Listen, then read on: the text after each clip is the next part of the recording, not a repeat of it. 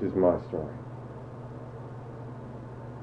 I am an ex-JW.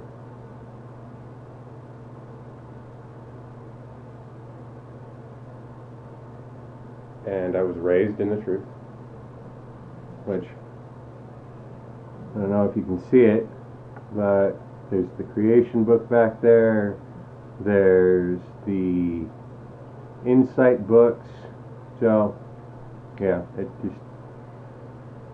I was spoon-fed this from the time I was basically born. And as you can tell, never mind the cat, as you can tell, I am not one of Jehovah's Witnesses. Otherwise, no beard, no long hair. I follow their little rules and all that. I was never baptized.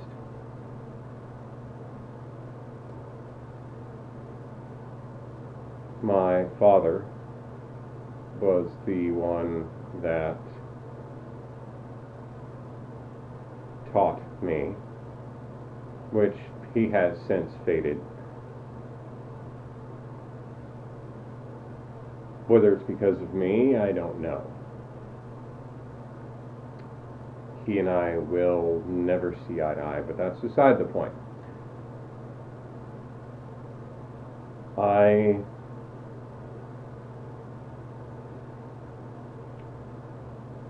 have a difficult time with words, and that's because of the indoctrination. You can't speak to anyone outside of the cult, and even that blows my mind.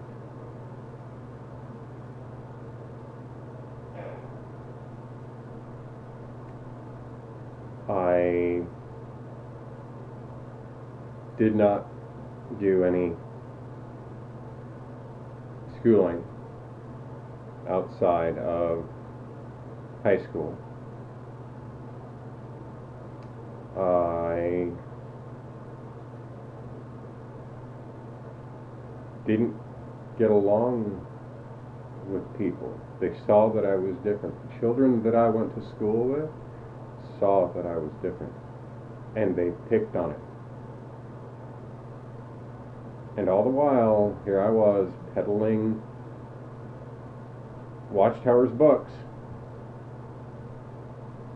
because that's what we were taught to do as kids. Preach.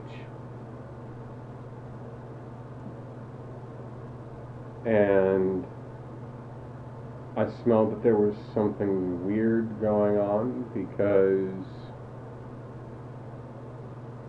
at 15 or 16, never mind what was going on at home, I will get to that. At 15 or 16, I can't remember what, but coffee. There was a talk about disfellowshipping. And that never really sat right with me. How is it that this loving organization, filled with hundreds of thousands or millions of people, can go and say, okay, if you don't follow our rules, then we won't talk to you, we won't acknowledge you, we will look through you until we deem it necessary to go and say, oh, well, you've repented and you can come back to the truth. If the truth was really the truth, then in my head,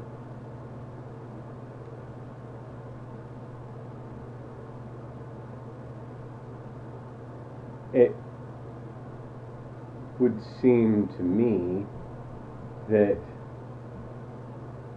we would accept everyone. On top of the fact that if you test the truth, it will stand firm, right?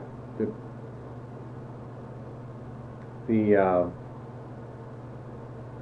songbook, there's one, I can't remember which one, I don't have any of the publications, but there was one I remember about standing firm in the truth. And all of that didn't make sense to me. But I couldn't leave. I was a minor. I couldn't do anything, so I went and did what the publishers do. And I went knocking on doors and, "Hi, can I interest you in a copy of the Watchtower and Awake for that coming week?" And Bible studies and this, that, and the other. I never did a Bible study. Never got that far. I was smarter than that. But I did debate. And it's funny because I remember there was one individual that I had knocked on the door, and it was around Christmas time. And you know how the witnesses are during Christmas time. They will go and mention Matthew and Luke and how those two books don't quite mesh. One says one thing, one says the other, and they go and say, "Oh, okay, well, because of this, because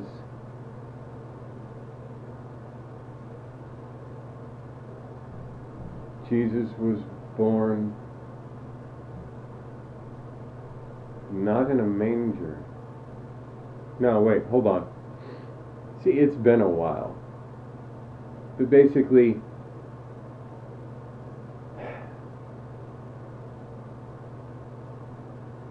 the witnesses would go and say, "Okay, he wasn't born during Christmas time. The sheep were in the field.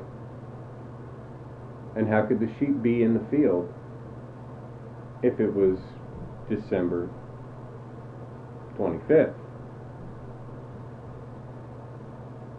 And I remember pointing that out. And the householder's response was, "Yeah, I know." I didn't know what to do with it. I had not knocked on someone's door and gotten that sort of response. So I just let it be. And I offered him a copy and a Bible study and this, that, and the other, and like we're supposed to. But that guy stuck with me.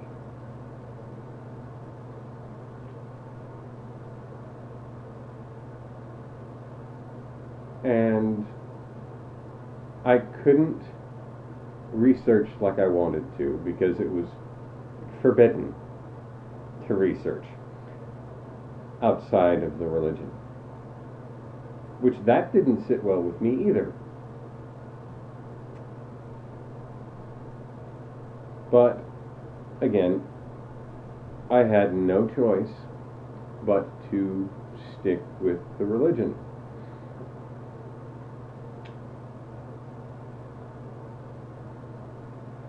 I'm an only child, and without going into too much detail,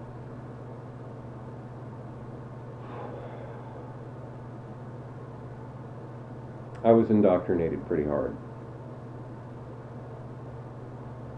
because it was all I knew. I was spoon-fed this from the beginning of my life. I was born into it. And if for all you Jehovah's Witnesses that are fading or that are thinking of just disappearing, they will find you. They will. I've got a witness knocking on my door now.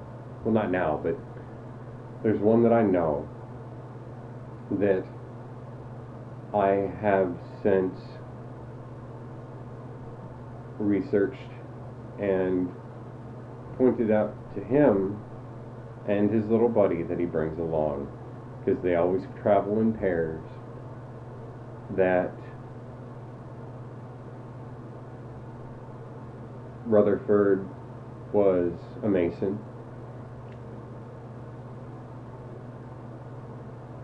He predicted the end would come in 1873 or some such. There's one in the late 1700s. There's another one in 1914, of course, in 607. He stayed silent at that one. There's one at 1975, the Screwed generation, and Brother Fred Franz.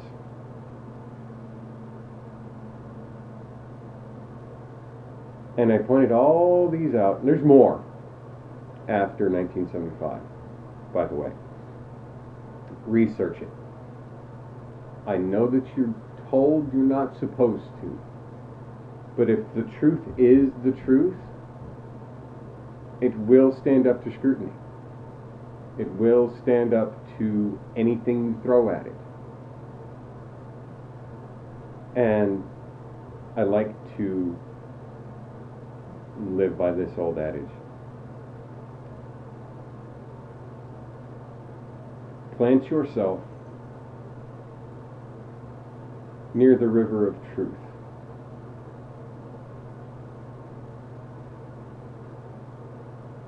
Real simple. Because it's always true.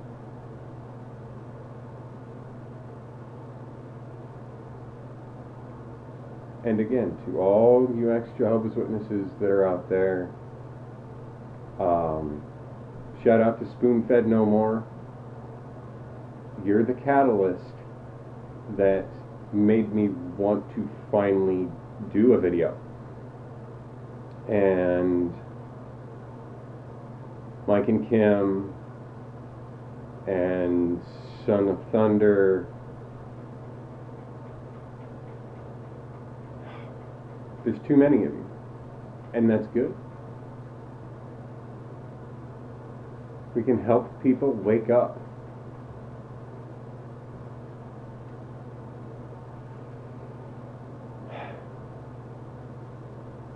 And the reason I named this channel Black Sheep,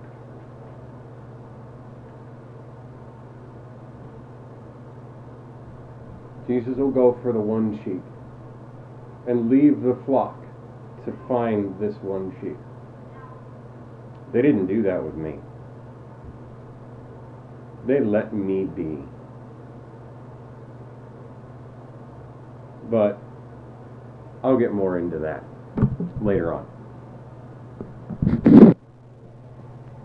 Thank you, all of you.